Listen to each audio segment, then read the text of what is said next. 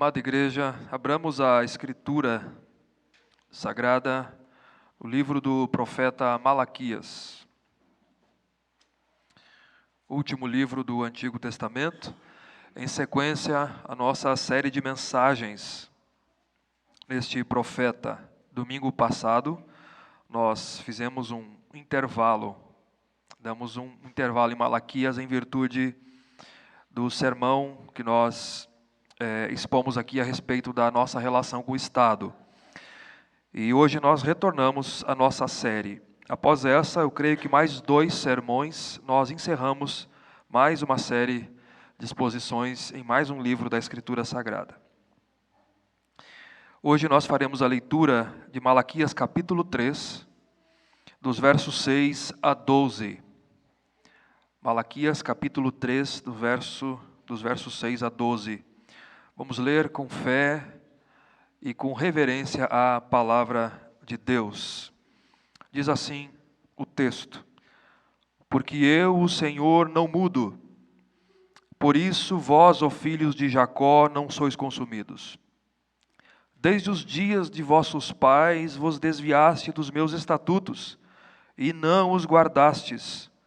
Tornai-vos para mim, e eu me tornarei para vós outros, diz o Senhor dos Exércitos. Mas vós dizeis, em que havemos de tornar? Roubará o homem a Deus? Todavia vós me roubais e dizeis, em que te roubamos? Nos dízimos e nas ofertas. Com maldição sois amaldiçoados, porque a mim me roubais, vós, a nação toda. Trazei todos os dízimos à casa do tesouro, para que haja mantimento na minha casa. E provai-me nisto, diz o Senhor dos Exércitos, se eu não vos abrir as janelas dos céus, e não derramar sobre vós bênção sem medida. Por vossa causa repreenderei o devorador, para que não vos consuma o fruto da terra. A vossa vide no campo não será estéril, diz o Senhor dos Exércitos. Todas as nações vos chamarão felizes, porque vós sereis uma terra deleitosa, diz o Senhor dos Exércitos. Até aqui a leitura da palavra de Deus. Vamos pedir a iluminação do Espírito de Deus. Ó Deus, esse é o momento de exposição da Escritura Sagrada, da Tua revelação fiel, autoritativa e verdadeira, ó Deus. A nossa oração, súplica, é que o Teu Espírito Santo ilumine as mentes e corações presentes nessa manhã, trazendo luz, compreensão e infundindo em nós o desejo de fidelidade, de amor ao Senhor. Em nome de Cristo Jesus. Amém. Irmãos, este é o tema desta manhã, dízimos e ofertas, ou a pergunta que o nosso Deus faz: roubará o homem a Deus? Nós temos visto até aqui, porque passa uma semana e às vezes a nossa mente, tanta coisa passa e nós não relembramos o que nós temos visto. Então vamos recuperar aqui a memória. Nós temos visto que Deus ele tem chamado o seu povo à fidelidade, à aliança que ele tem com o seu povo, por intermédio de Malaquias. Esta é a natureza da profecia. É uma sentença pronunciada pelo Senhor contra Israel, por intermédio do profeta Malaquias. E temos visto também um povo cético, que ao decorrer do livro questiona essas mensagens de Deus. O povo defende os seus caminhos, se faz de desentendido, arruma desculpas, o que é comum quando nos deparamos com os nossos pecados, não é verdade? Essa é uma das evidências. O livro contém imagens vívidas, duras e fortes. Na primeira parte, Deus inicia lembrando o seu povo do seu amor para com eles. No capítulo 1, puder acompanhar aí, dos versos 1 a 5. A mensagem de Deus é: eu tenho amado vocês. E o povo questiona: em que o Senhor tem nos amado? Deus responde: eu amei a Jacó e eu aborreci a Esaú. A eleição é a prova do meu amor. Na segunda parte, Malaquias começa a denunciar a infidelidade de Israel, que vai do verso 6 do capítulo 1 até o capítulo 2, verso 16. Ele começa do capítulo 1, verso 6 até o capítulo 2, verso 9, pelos sacerdotes. E do capítulo 2, verso 10 até o verso 16, a infidelidade do povo. O povo e os sacerdotes questionaram: em que nós temos desprezado o teu nome? Em que temos profanado? Ou por que o Senhor não recebe o nosso culto? Resposta de Deus: vocês desprezam o meu nome quando são infiéis, oferecendo pão imundo no meu altar, sacrifícios impróprios, imperfeitos, não de acordo com a minha honra. Vocês desprezam o meu nome em segundo lugar quando os sacerdotes são infiéis, não cumprem as suas funções, não ensinam a minha palavra, eu vou puni-los por isso. Em terceiro lugar, vocês desprezam o meu nome quando são infiéis no casamento. Vocês se casam com mulheres pagãs, fora da aliança, e se divorciam das suas esposas. É contra mim que vocês têm sido infiéis. Na terceira parte do capítulo 2, verso 17, até o final do livro, então, que nós já iniciamos, Malaquias começa a tratar da justiça de Deus, do justo juízo de Deus que começa pela casa de Deus. O ponto é a justiça de Deus. E ele vem chamando o povo à fidelidade à aliança, até o final desse livro. Na mensagem anterior, capítulo 2, do verso 17 ao capítulo 3, verso 5, nós temos mais um questionamento do do povo. Há uma afirmação de Deus. E é o quinto questionamento do povo. Lembram disso? Em que tem nos amado? Em que temos desprezado o teu nome? Em que havemos profanado? Por que o Senhor não recebe o nosso culto?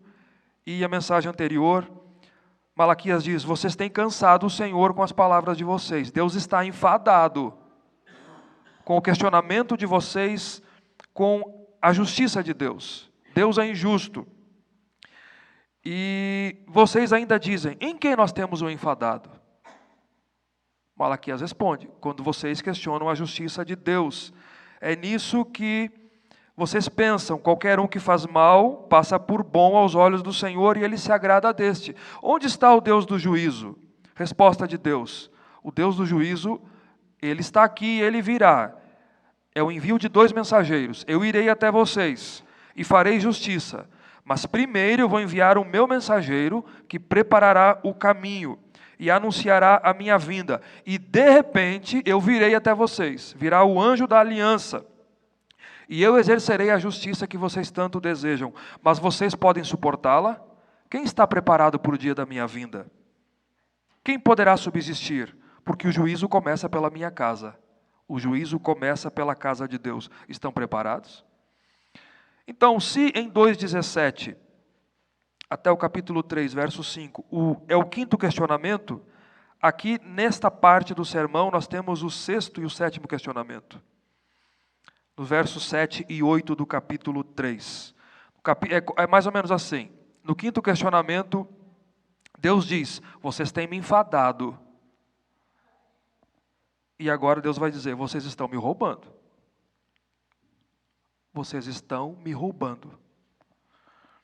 E o tema em pauta é esse: a entrega dos dízimos e das ofertas como parte do culto da adoração a Deus e a infidelidade nisso como quebra da aliança que o povo tem com Deus. Nós temos que ter em mente duas coisas aqui. Primeiro, a guisa de introdução, que todas essas mensagens de Deus em todo o livro aqui estão dentro do contexto da aliança. Isso é a base do livro. Deus tem uma aliança com o seu povo, onde ele prometeu que seria o Deus desse povo e esse povo seria o povo desse Deus. Deus está pactuado com esse povo. Ele diz: eu amei vocês com amor eterno. Eu elegi a Jacó e desprezei, aborreci a Esaú. Deus está aliançado. Nesse livro ele é Yahvé, tem o nome de Deus aqui. Ele é o Deus da aliança, diversas vezes ele é o Senhor dos exércitos. Ele é o grande rei. Ele é o Senhor terrível entre as nações. Grande é o Senhor mesmo fora dos limites de Israel. Ele é o Deus da aliança, que tem um pacto com esse povo. E esse pacto, existem termos nesse pacto que eles devem ser cumpridos. Segunda consideração é exatamente essa: como povo da aliança, existem estipulações da aliança, existem termos da aliança, e Deus trata com o seu povo a respeito de todos eles. E esse sistema de contribuição é um desses temas, é parte dos termos da aliança. Quando o povo de Deus não via que tudo era de Deus, que a sua subsistência dependia de Deus, que todos os seus recursos e a sua economia dependia de Deus, era dado por Deus, que tudo provinha de Deus e que deveria ser utilizado com gratidão, em fidelidade para os fins determinados por Deus, Deus vai chamar o povo e ele diz no verso 7, tornai-vos a mim. Vocês têm que tornar a mim. E este é o assunto aqui. E nós vamos iniciar.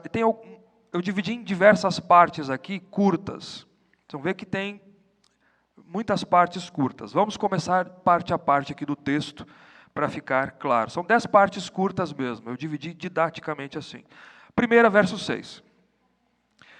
A primeira parte no verso 6 do texto é uma sequência da anterior. Se no capítulo 2, verso 17, até o capítulo 3, verso 5, a resposta de Deus ao povo é a vinda de Jesus Cristo.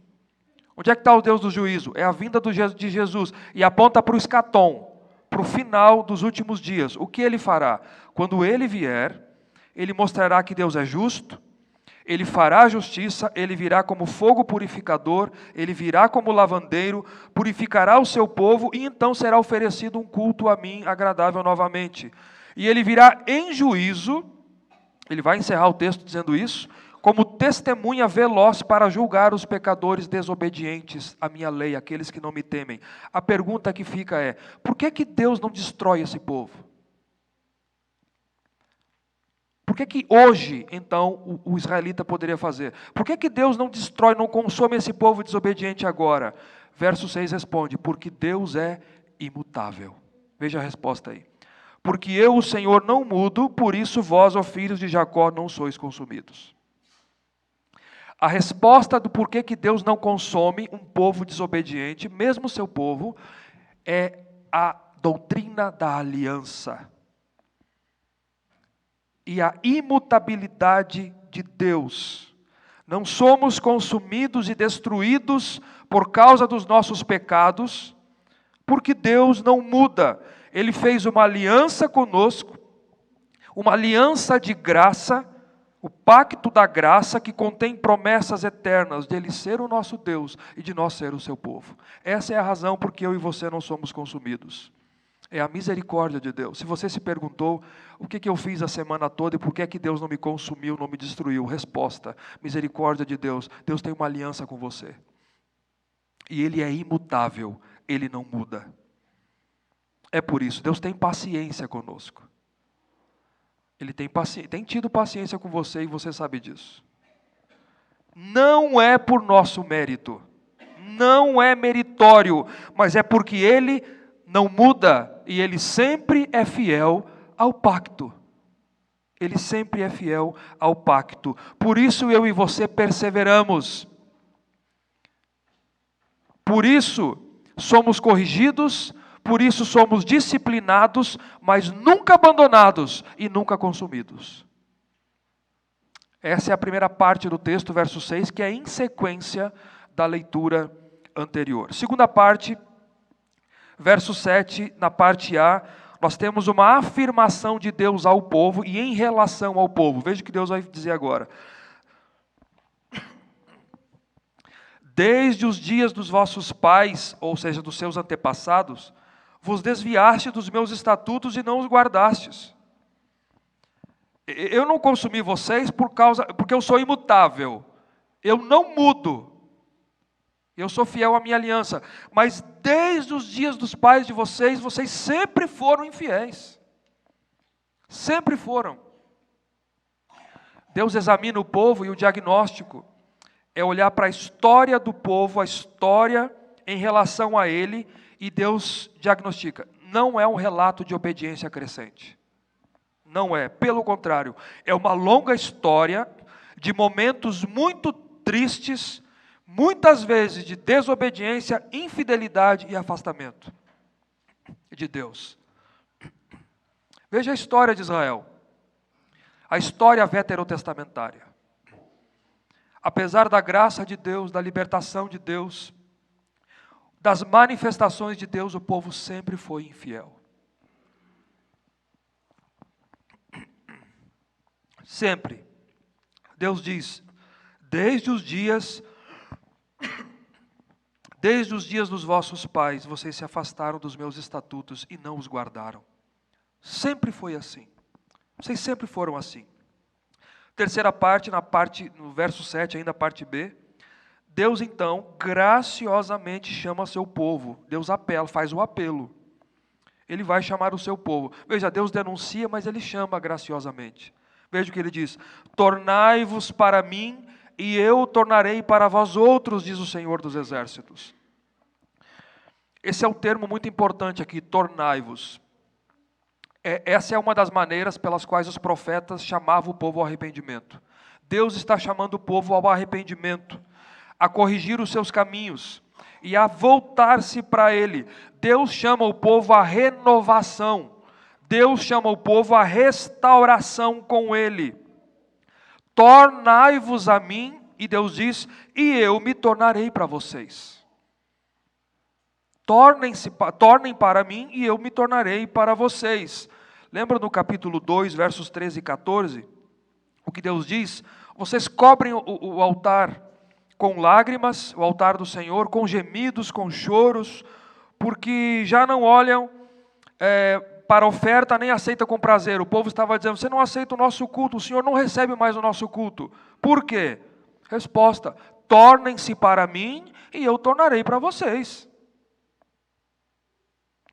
Enquanto vocês ficarem em infidelidade aos termos da aliança, eu não recebo o culto de vocês. Não recebo. Tornem para mim e eu torno para vocês. Vocês sempre foram desleais, sempre foram assim.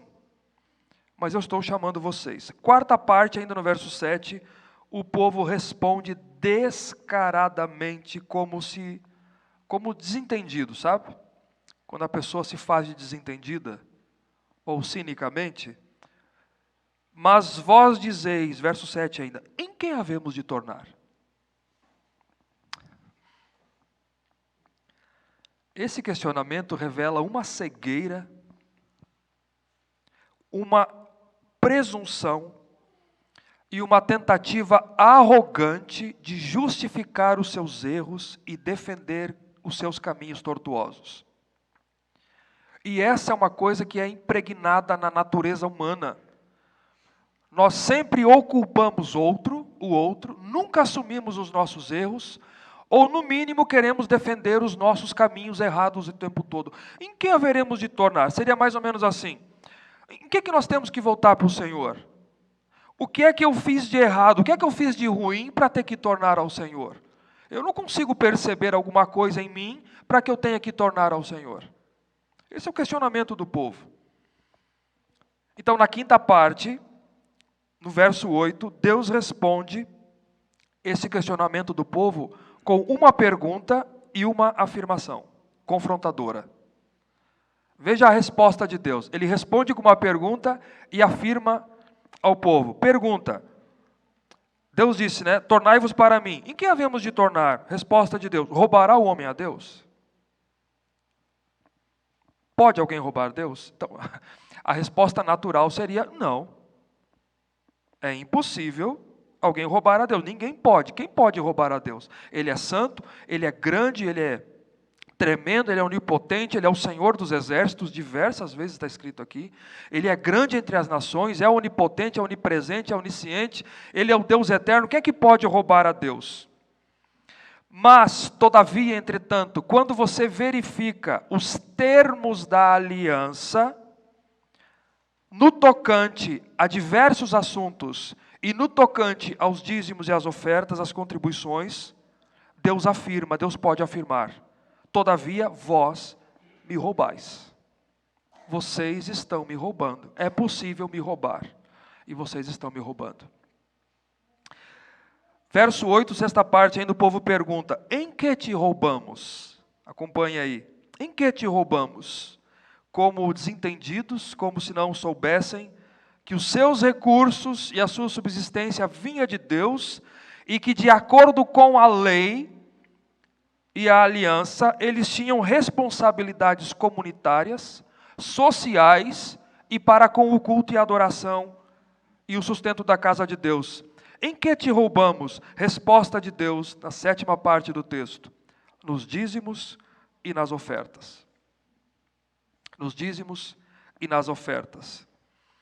E o que a gente percebe aqui, que essa é uma das consequências naturais de um esfriamento e de um afastamento de Deus. O povo então passou, segundo Deus, a roubar a Deus gananciosamente, infielmente.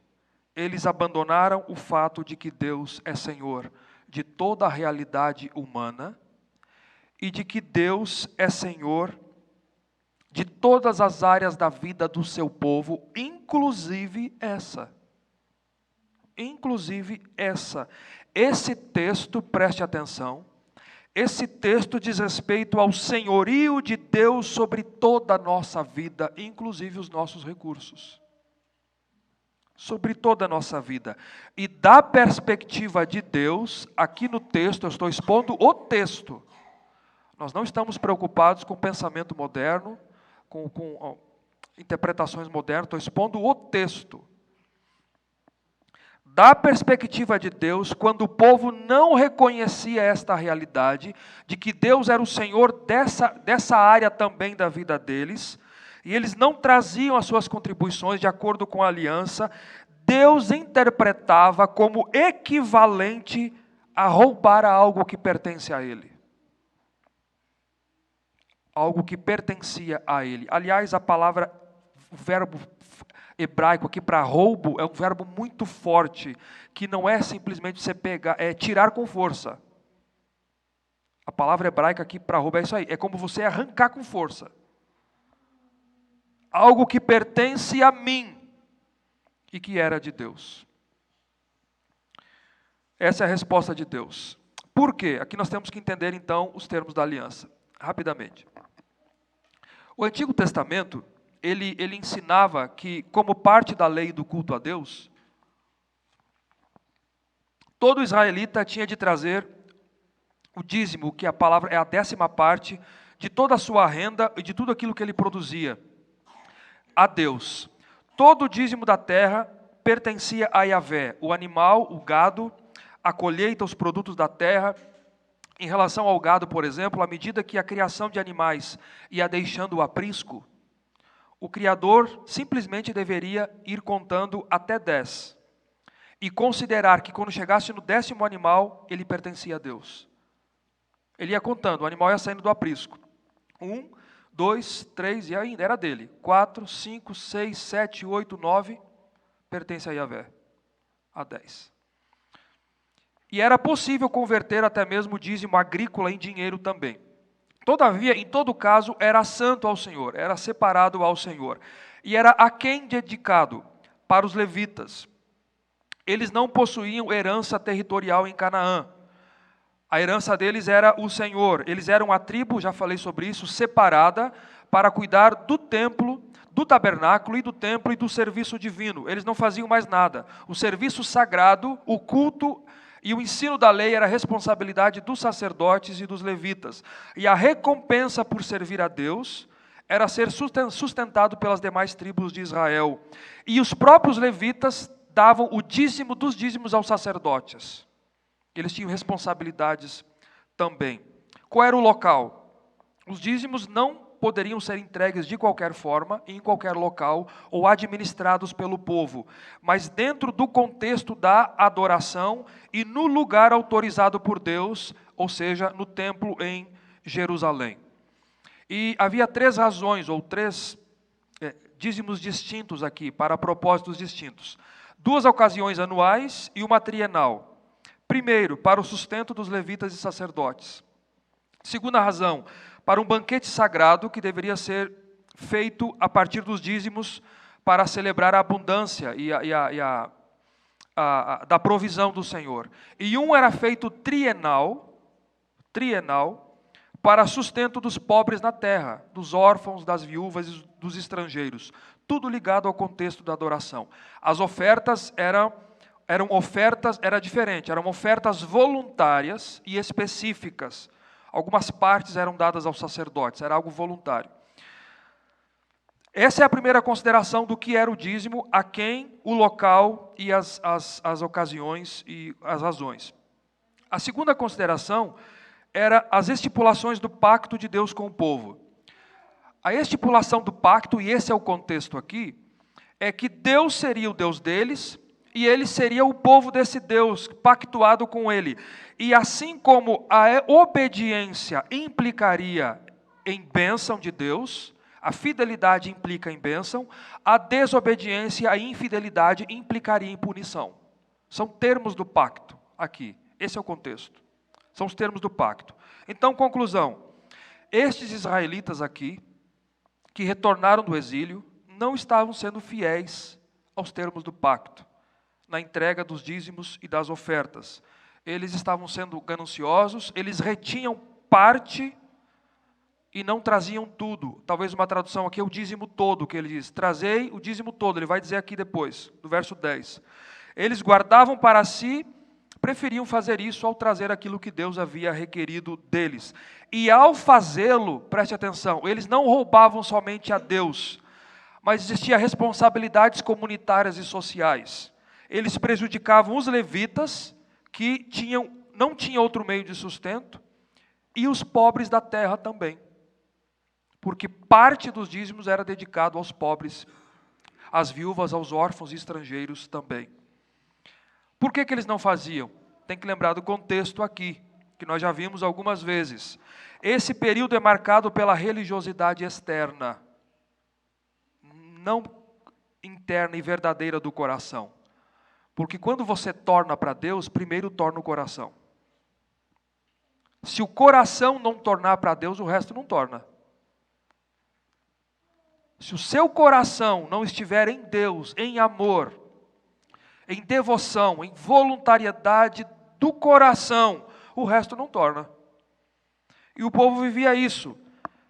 Não tinha um coração devoto, mas era um desânimo, um declínio espiritual, um esfriamento, infidelidade, apatia, e isso reflete na adoração. A primeira coisa, uma das primeiras coisas que acontecem é reter. É uma das primeiras coisas que acontece, é o culto. Primeiro, a pessoa não vem mais. Quando ela está em apatia espiritual, em esfriamento, ela deixa algumas coisas e ela deixa outras responsabilidades também. Ela deixa outras responsabilidades. Ainda mais num contexto de dificuldade na terra. Porque quando vem a dificuldade, nós sabemos, a primeira coisa que acontece, eu não vou até o gasofilácio hoje, não vou. É a primeira coisa que se retém. E o povo fazia isso aqui. O povo fazia isso aqui, estava fazendo aqui agora. Em 8º lugar, verso 9, então, nós temos a consequência da infidelidade. Temos a consequência. Ele diz aqui, Deus definiu, em que te roubamos, o povo pergunta, nos dízimos, nas ofertas. A nação estava sendo punida, estava sendo amaldiçoada por Deus. Com maldição, sois amaldiçoados, porque a mim me roubais vós, a nação toda. Essa declaração de Deus aqui, lembrando do contexto do que nós vimos até aqui, talvez você não acompanhou desde o início, nós temos os nossos sermões no nosso canal do YouTube. Você tem o primeiro, que é uma introdução a respeito disso também, você vai entender melhor. Mas essa declaração explica perfeitamente a situação do povo na terra, em dificuldade na terra. Lembra que o povo está em dificuldade na terra. Então, quando Deus diz, com maldição sois amaldiçoados, porque a mim me roubais a nação toda, explica o porquê o povo está vivendo essa grande dificuldade na terra. O povo é infiel a Deus. Essa é uma parte da aliança, dos termos.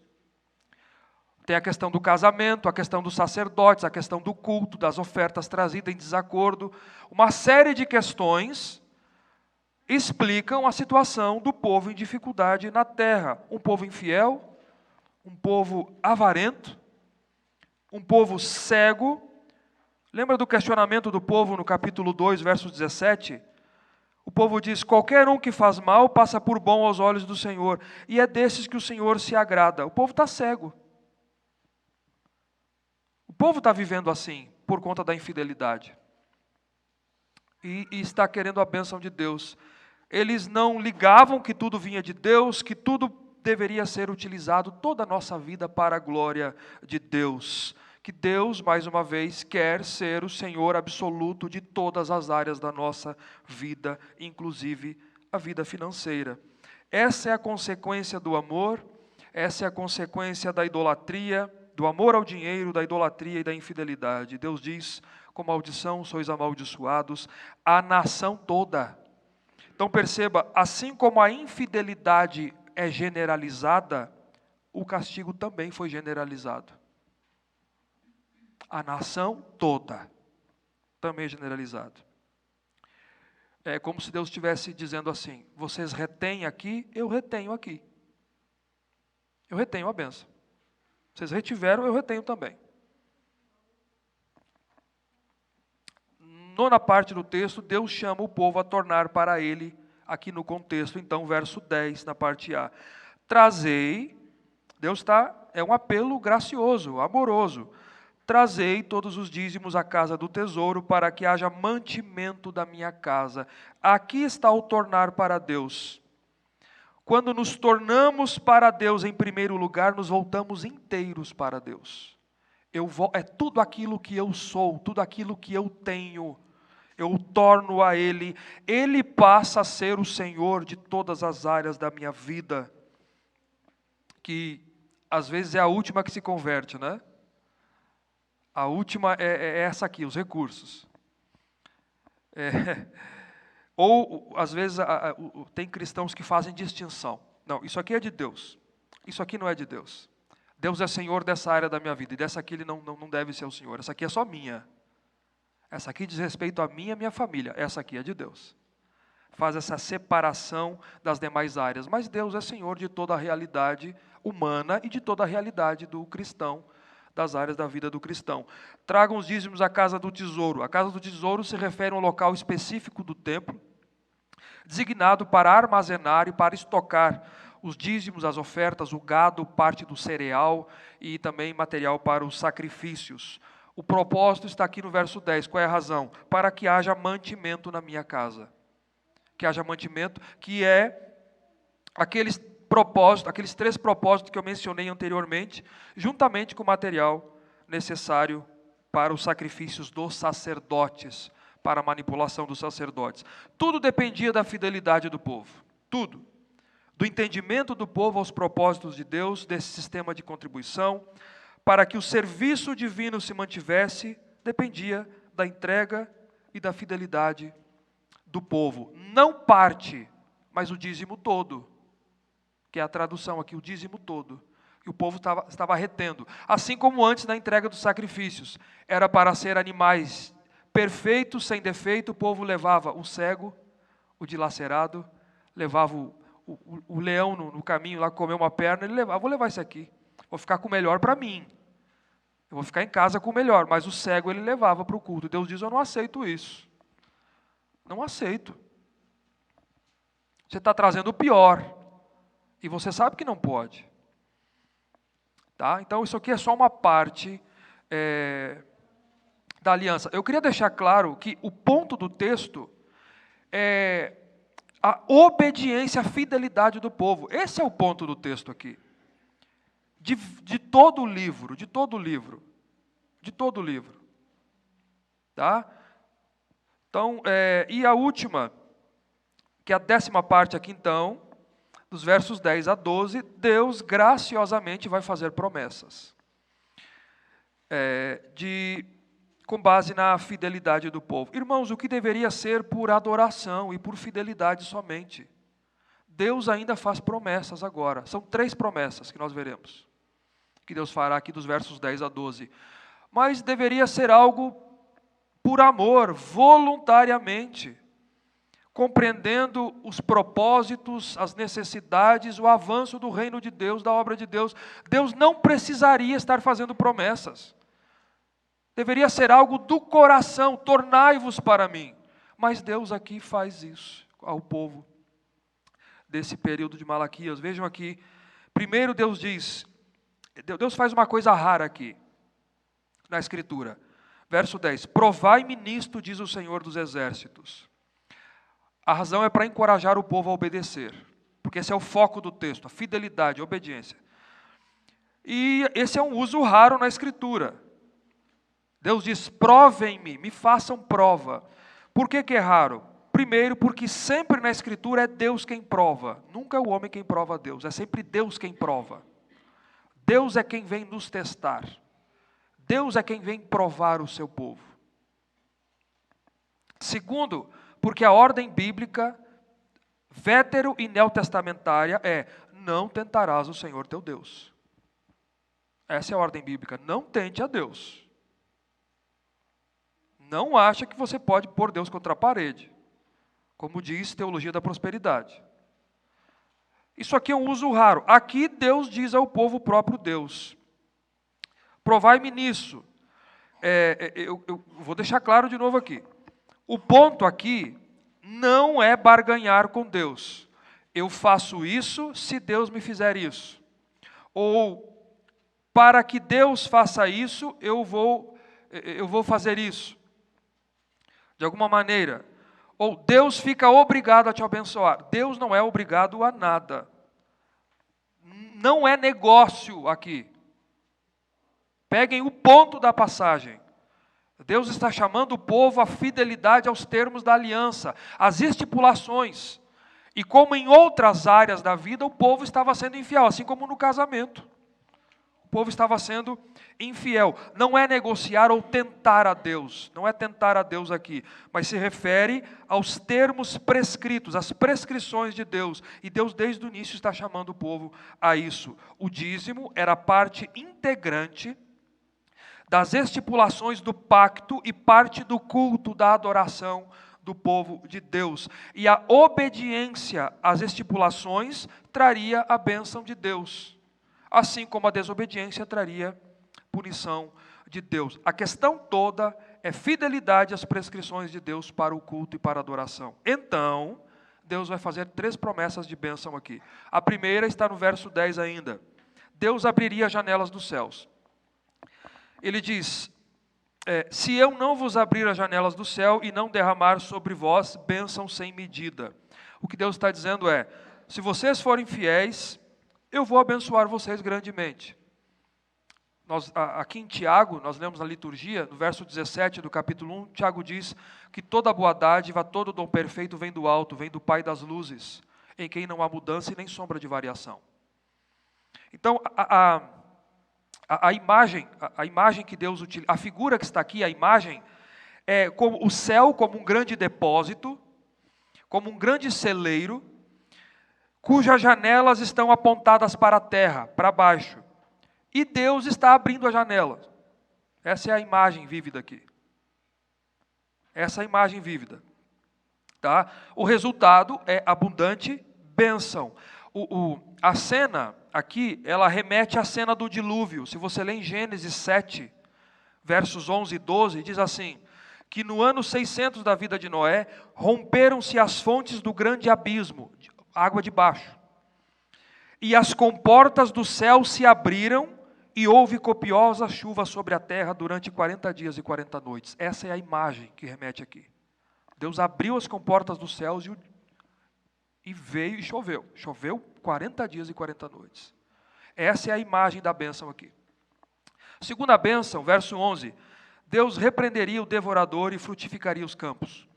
Por vossa causa, repreenderei o devorador para que não vos consuma o fruto da terra. A palavra devorador, ela é usada no Antigo Testamento para gafanhoto, é usada para fogo e também para exército inimigo. Aqui é o gafanhoto, não é o diabo. Tá? Eu sei que as pessoas dizem que é o diabo, não é o diabo. É o gafanhoto. Havia tipos de gafanhoto na época que atacavam em bando e eles em pouco tempo eles consumiam toda uma colheita.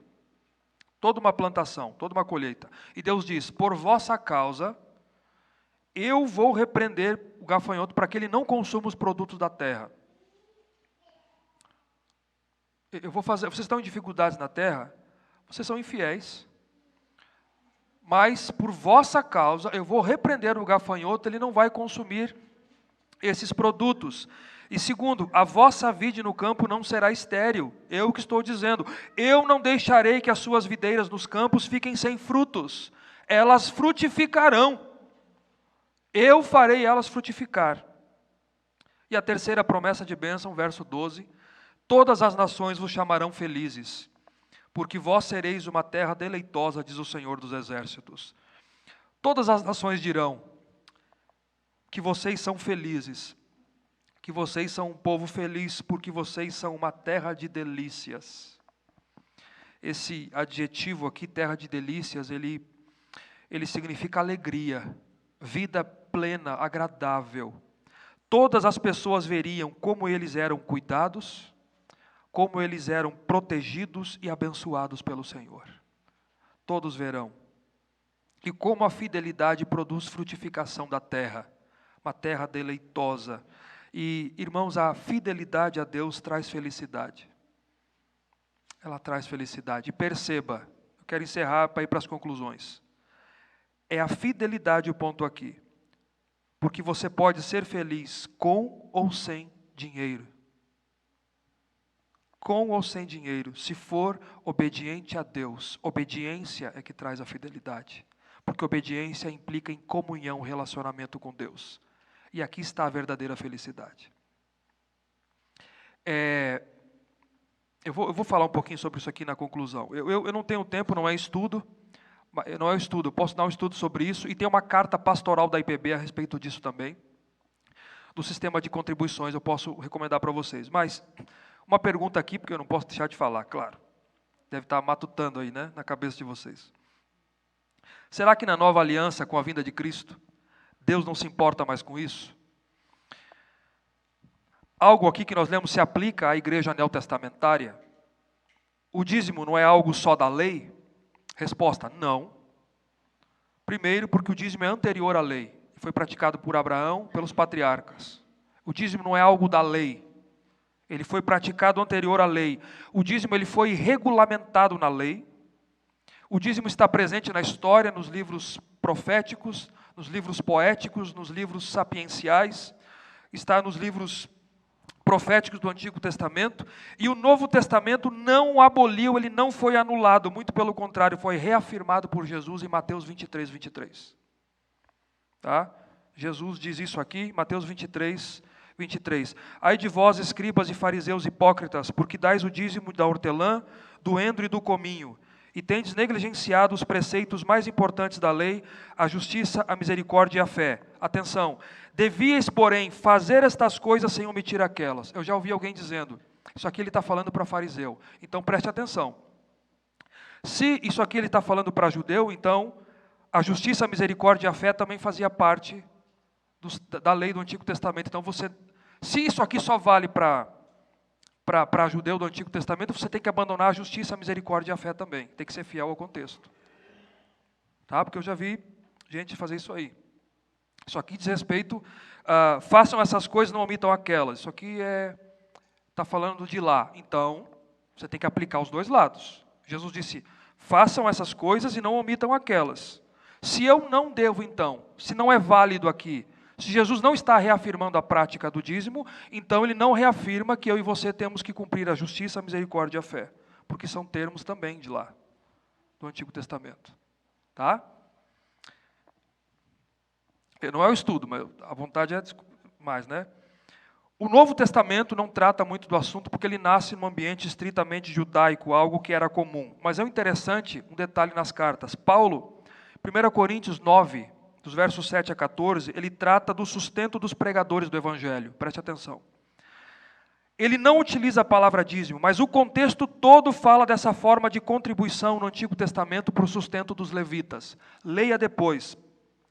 Paulo lá, ele vai lembrar os seus leitores a forma como aqueles que serviam no templo se sustentavam, por meio dos dízimos que eram trazidos ao altar, que é o contexto de Malaquias aqui. E Paulo faz uma relação direta entre o sustento dos levitas e o sustento dos pregadores do Evangelho no Novo Testamento. E ele diz no verso 14 do capítulo 9, assim ordenou também o Senhor aos que pregam o Evangelho, que vivam do Evangelho. Ele faz uma relação direta. Uma relação direta. E as ofertas, elas são voluntárias de acordo com a propositura do ofertante. Com a propositura do ofertante. Mas também praticada como gratidão e como ato de adoração voluntário a Deus e do coração tornado para Deus. Eu queria fazer aqui uma aplicação. Eu queria fazer uma aplicação só. Mas antes eu queria dizer uma coisa. Eu lamento, irmãos, eu lamento os abusos que há. Lamento mesmo. Gente que se utiliza do povo de Deus para enriquecer. Gente que tem sítio, fazenda e tem que, nem sei como, se aproveitando do povo de Deus. Eu não estou nada contra com quem tem essas coisas, mas eu estou falando de pregadores do Evangelho aqui, tá? Gente que enriquece às custas do povo de Deus. Fazem da igreja um comércio, o balcão da fé, mercadejam a palavra de Deus para que fique mais palatável aos ouvintes, para conseguir os seus propósitos, e muitos vêm à igreja, as nossas igrejas às vezes, as igrejas reformadas, tradicionais, e já nem querem mais falar nesse assunto. Arrepiam o cabelo quando o assunto ele é tratado. Mas este é um tema como qualquer outro da Escritura. Assim como nós falamos da justificação pela fé, do amor, da justiça, escatologia, e diversos outros temas. Se nós formos abandonar um tema e não praticarmos mais ele por causa dos abusos, nós vamos ter que jogar todos os outros fora também.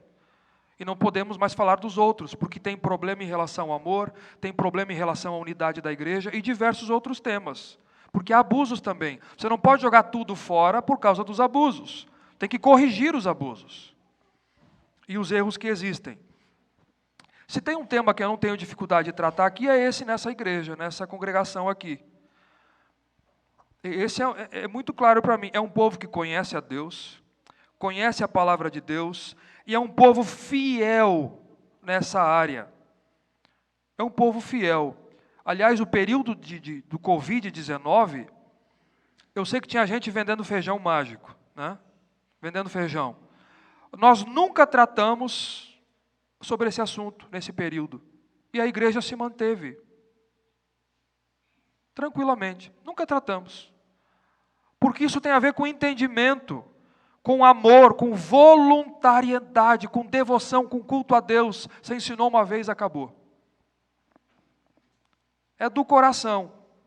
E ninguém fica atrás dos crentes. Você não contribuiu, você não contribuiu. Irmão, é a sua vida com Deus.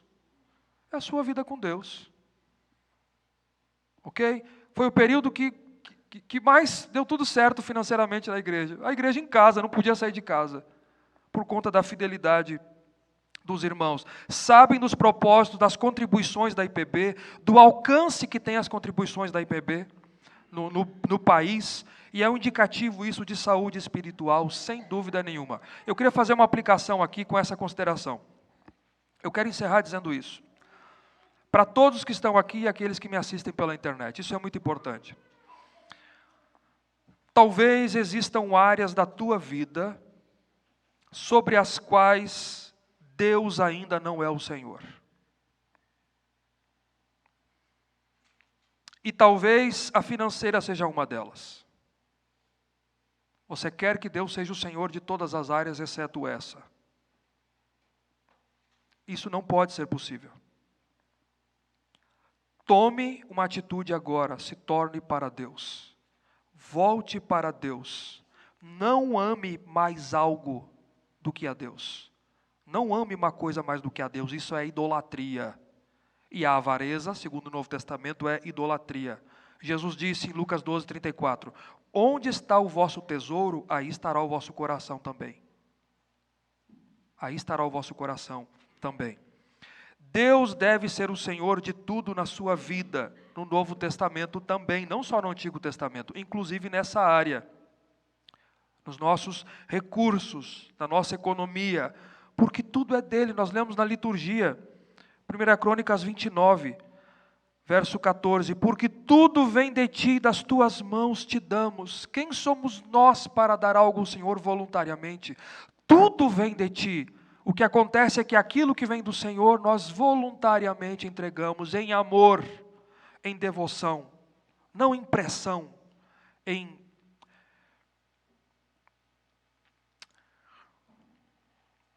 sirva a Deus com tudo que Ele te deu.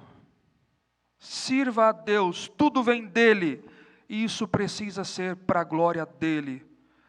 Não fazemos promessas vazias. Aqui você não vai ouvir promessa vazia, promessa mentirosa. Repudiamos, publicamente eu digo isso, a famigerada teologia da prosperidade, que veio trazer danos e confusão na mente de crente, dos fiéis. Se Deus quiser, Ele fará. Se Ele não quiser, Ele não fará. E Ele é Deus. Ele não tem obrigação de fazer algo materialmente por você. Tudo o que Ele tinha de mais precioso Ele já deu, que foi o seu Filho e o sangue dele vertido na cruz do Calvário por mim e por você. Deus não tem que fazer isso, portanto não barganhe. Não negocie com Deus. Não pense que alguém aqui ou alguém que está nos assistindo pode decretar, pode determinar, pode exigir ou pode pôr Deus contra a parede, como se diz. Não se atreva a fazer isso. Deus não nos deve nada. E Ele não tem que fazer nada por nós. Se Ele fizer é por graça, é por misericórdia, é por presente, é por favor imerecido da parte dEle. O que eu posso dizer, e isso eu tenho, isso a Escritura é clara, assim como em Malaquias, que Deus sim, Ele abençoa na fidelidade, sem dúvida nenhuma. É o princípio aqui em Malaquias. Deus abençoa na fidelidade, pode ter certeza disso. Mas preste atenção agora, é um reducionismo achar que as bênçãos de Deus são simplesmente e somente materiais. Isso é um reducionismo. Quando a Bíblia trata de bênção, tem gente bilionária que não é abençoada. E tem gente que não tem nada materialmente e que é abençoado por Deus. O conceito de bênção está invertido na mente das pessoas. Por quê? Porque as bênçãos do cristianismo, atenção, são sobretudo, acima de tudo e primariamente bênçãos espirituais em Cristo Jesus. Tudo o Pai já nos deu. Você precisa ser grato e grata. Grato e grata de todo o coração. Trazer as contribuições à casa de Deus deve ser uma expressão de reconhecimento da soberania de Deus sobre tudo na nossa vida, sobre os nossos recursos. Deve ser um ato de amor a Deus, de gratidão a Deus por tudo que Ele nos deu, de devoção a Deus como parte do nosso culto, da nossa adoração, de liberalidade, de voluntariedade e entendimento correto da importância do sustento da igreja e do avanço do reino de Deus nesse mundo. Não faça nada com o coração pesado, porque Deus ama quem dá com alegria. Com alegria. Mas faça em culto e adoração. Não cabe na minha cabeça, irmãos, alguém que ama a Deus e compreendeu a obra de Deus, que não tenha o desejo de voluntariamente, sem pressão, voluntariamente, fazer isso para a glória de Deus. E no local onde Deus te plantou, para você ouvir e aprender a palavra de Deus e cultuar a Deus.